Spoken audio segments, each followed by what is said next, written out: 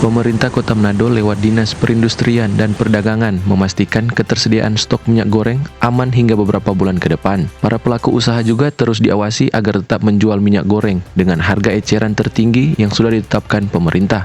Saat ini, warga Manado dihimbau agar belanja minyak goreng sesuai dengan kebutuhan, bukan sesuai dengan keinginan agar tidak terjadi kelangkaan minyak goreng di pasaran.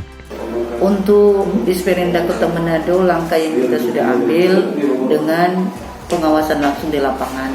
Dari tim-tim yang ada, kita berbagi tim, ada beberapa kelompok yang kita turun, dan semua dibagi per wilayah.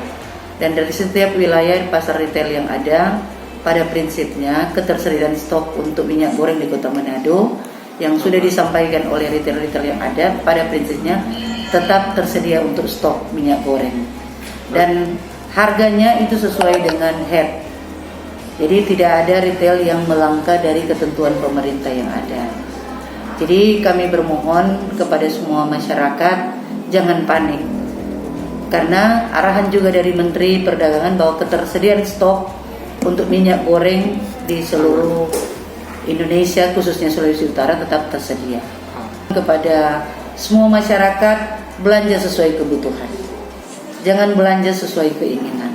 Guna memastikan distribusi minyak goreng di pasaran tetap aman, Dinas Perindustrian dan Perdagangan juga rutin melakukan monitoring dan pengawasan di sejumlah gudang retail modern, mengantisipasi oknum-oknum nakal yang sengaja menimbun minyak goreng. Hizkia Waran Kiran melaporkan untuk Kawan Wa TV.